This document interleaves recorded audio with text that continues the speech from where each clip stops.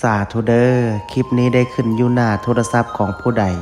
ขอให้พระภูมิเจ้าที่พระแม่ธรณีเจ้าทานจงเปิดประตูเงินแสนอยู่บ้านจงเปิดประตูเงินล้านอยู่เฮือนลูกหลานเฮ็ดหยังจงราบรื่นทุกประการจงอย่าข่มอย่าฆ่านึกคิดอันใดจงมาคว้าเอาอันใดจงไดพระอินทร์ขอให้มาทรงพระพรหมขอให้มารักษาเทวบุตรเทวดาขอให้มาคุ้มครองขอให้สุขกับมั่งขอให้หั่งกับมีขอให้เป็นเศรษฐีหน้าใหม่ขอให้รวยทันใจทุกประการดวงเปิดชีวิตเปิดงานเปิดค้าขายเปิดเงินแสนเงินล้านจงไหลเข้ามามือซ้ายจับเงินตื้อมือขวาจับเงินแสนว่าไปจงมีคนซอยสู้กูเข้ามาบ่มีวันร่มจมขอให้ฟูขึ้นน้ำเต็มพัง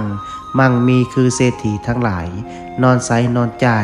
อูอะอูอังนะโมพุทธายะท่านใดที่ได้ร่วมพิมพ์สาธุกดแชร์ออกไปแล้วขอให้สิ่งที่เว้ามาจงเกิดเป็นจริงสาธุ